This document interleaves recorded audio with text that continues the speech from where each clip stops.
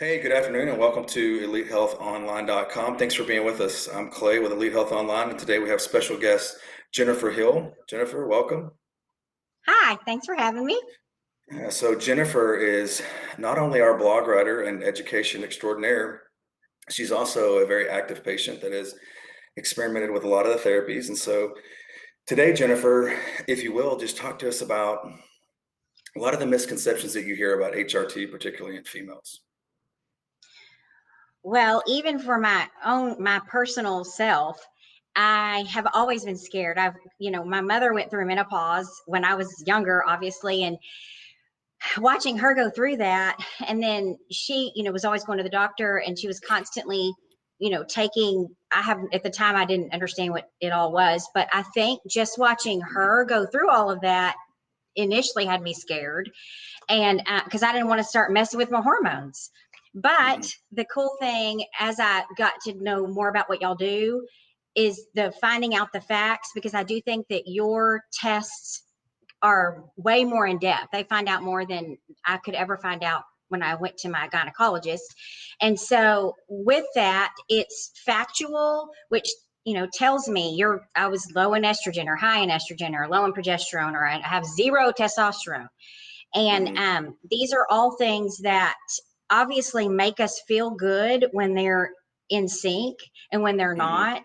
not, we feel awful. So Mhm. I think a lot of people are just scared to quote unquote mess with their hormones. But Yeah, I think you nailed it really, there, Jennifer, when you said that. If I could just interject, when you said they're yeah, afraid to mess with, they're already messed with, they're messed up. right, We're only putting them back where they were supposed to be. So I think, exactly. and as many people don't understand that the doctors will be looking at lab work and making decisions based on lab work and how the patient feels and treating those symptoms. So we're not, if everything's in line, there's other therapies that we can do for weight loss and things like that, but we're not going to mess with hormones unless the lab work indicates that they're they're out of balance. Right. So when I had gained, I'm going to say about 10 extra pounds, and they were bothering me forever. And so that's the essential reason I went and had my blood work done with you guys, because I wanted to try to lose a little weight. And I thought my Hmm. metabolism needed a little kickstart. And then it's only then that y'all found out that I had a negative number in Hmm. testosterone. And Yeah. obviously, when I saw that, it made me think, well, clearly I need to be in the positive range at least. So Right. um, that definitely motivated me to get them back to where at Right. least the level that you're supposed to be at. Right. And wouldn't you say, Jen, I know you've shared this with me before, but tell the audience if you don't mind. A lot of patients have misconceptions around the type of results they're going to get. I'm either going to get super muscular, my voice is going to sound like a man, or I'm going to grow a beard. I don't see a beard on you today, Nope. and certainly don't look like a man. So, can you kind of talk us through what you hear, if you hear anything different than that, and kind of how you dispel some of that, or what your experience has been? Well, yes. Most of the women that I talk to, I'm out of all my friend group, I'm the guinea pig. They've all watched me be a part of this for a good year and a half now.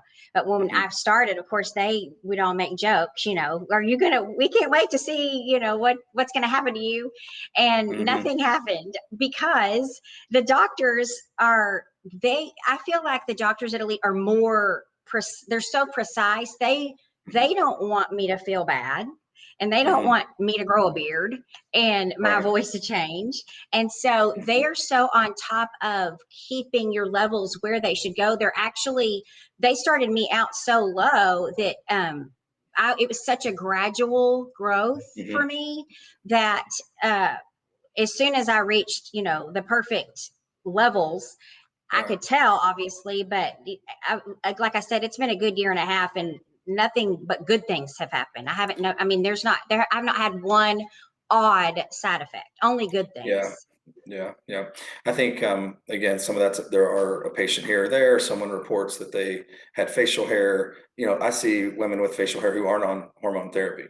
Out of balance hormones can cause Exactly. that. So, I Mhm. think it's all about starting at a minimal effective dose, which is what we try to do, is be on the least amount possible to get you the results that you need, which is back to being healthy. And I think the thing to remember for a lot of people is that not having testosterone is way more detrimental than having that perfect dose. I mean, that's where disease comes in. That's where all your body starts to misreact to not having those things on board. So that's great. Is there any other misconceptions that you're hearing that you think the audience might need to hear about, or someone who's on the fence? I know you probably didn't jump on HRT as quickly as you would have liked to. If you could go back in time and knew what you knew, you maybe would have made a decision earlier. Are there any other misconceptions that maybe are keeping people from making that decision? I mean, no, I really think for the most part, people are, number one, scared to mess with their hormones. But Hmm. just like you said, our hormones are already being messed with. And this is not messing with them. This is actually fixing them. So Hmm. it is definitely a misconception. And, I was even thinking about, I have become a person where I go and get the facials where they take Hmm. off, the little peach fuzz hair. It's like the newest thing. It makes Hmm. your skin, it makes your makeup go on really smooth. So Hmm. even that could, make somebody think, oh, if they go do that and then they start getting the little hair, they may think, oh, this is making my hair. So I'm just Right. saying, even that could make your brain think, oh, something's happening, but it's Right. not that at all. Right. I'm honestly, a lot of women have not told me personally that they're worried about becoming a man.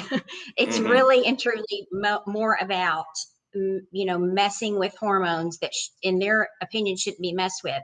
But just like you Hmm. said, especially testosterone, we all were born with it and we all felt great when it was at a normal level, and then Right. suddenly women out of nowhere start feeling awful in a lot of ways they Right. can't figure out why. And I just happened to learn through taking testosterone that Right. testosterone was the reason I was not feeling great.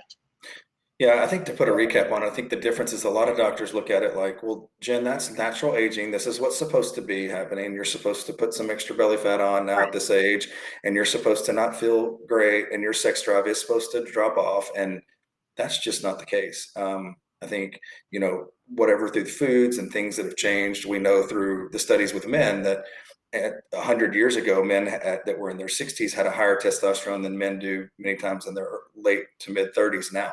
So something's different in our environment. So we're having to compensate for food and diet and changes and whatever is causing low hormones these days, most likely probably the foods that we eat as a kid growing up and things like that. But we're putting back where people should be. It's not, and I think that's the biggest difference in our doctors and many of the general practitioners is, well, that's natural aging, embrace it, deal with it. We'll treat disease when it happens, as opposed to let's make you feel optimal. Let's put you back where you belong and let's prevent disease where we can. Right. And I will Yeah. admit, I would have never been a believer, in all honesty, had I not done it for myself. It's Right. something you really just have to step out there and do. Otherwise, anybody Yep. can listen to me all day long, but Hmm. it's really amazing how great I feel and how bad I was feeling, and didn't even realize how bad I was feeling until. Yeah. And also, I do think that, women are getting on birth control as early as 16, 15 and 16 now. Well, Hmm. that has to do something. Back in the day, they weren't doing that. So Right. that alone is going to, by the time you're 45, Hmm. surely going to have some type of effect that maybe it wouldn't have had 60 years, ago. Right. Certainly. Well, Jen, thanks for being with us today. Thank you for sharing what your experiences were and what others are telling you. And hopefully this will help patients who are on the fence, or prospective patients who are on the fence who aren't where they want to be physically, mentally, emotionally, with everything that HRT does. This will help them make an informed decision. So thank you for being with us. Thank you.